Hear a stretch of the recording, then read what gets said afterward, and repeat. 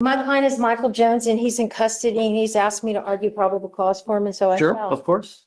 It's only fair, right? Because it's his case, so You didn't hear me. it's only fair because it's his case, so we might as well bring it. Well, he asked me to do this, and so I told him I would. Okay, That's my client. he must be unhappy, huh? Asked him to breathe. Or hungry. Asked him to breathe. Good morning. Hey, How are you? hey, buddy. If you're banging on the door, you got to be careful because you break something, you're gonna catch another charge. So be careful banging on those windows because they break very easily. All right. So you were Michael Jones.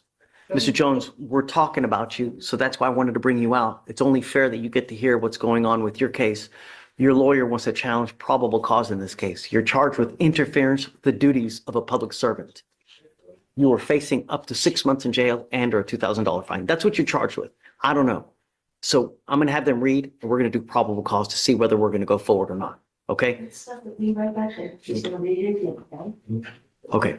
What happened?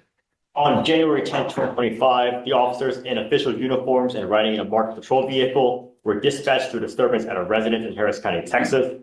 The officer observed the defendant standing outside the location, being told to leave by the resident, to which the defendant refused by verbally yelling at the resident in a loud, aggressive tone of voice. The officer announced themselves and observed the defendant begin to walk away.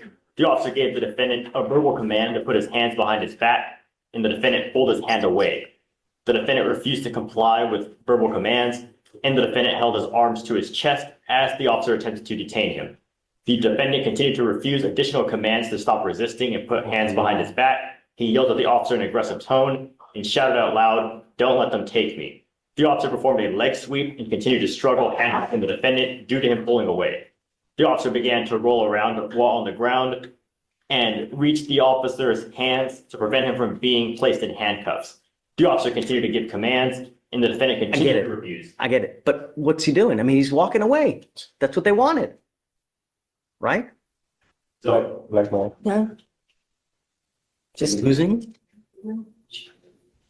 A client pushes his lawyer to argue for him, but his behavior makes that job nearly impossible. Even the judge is confused. He walked away. Isn't that what they wanted?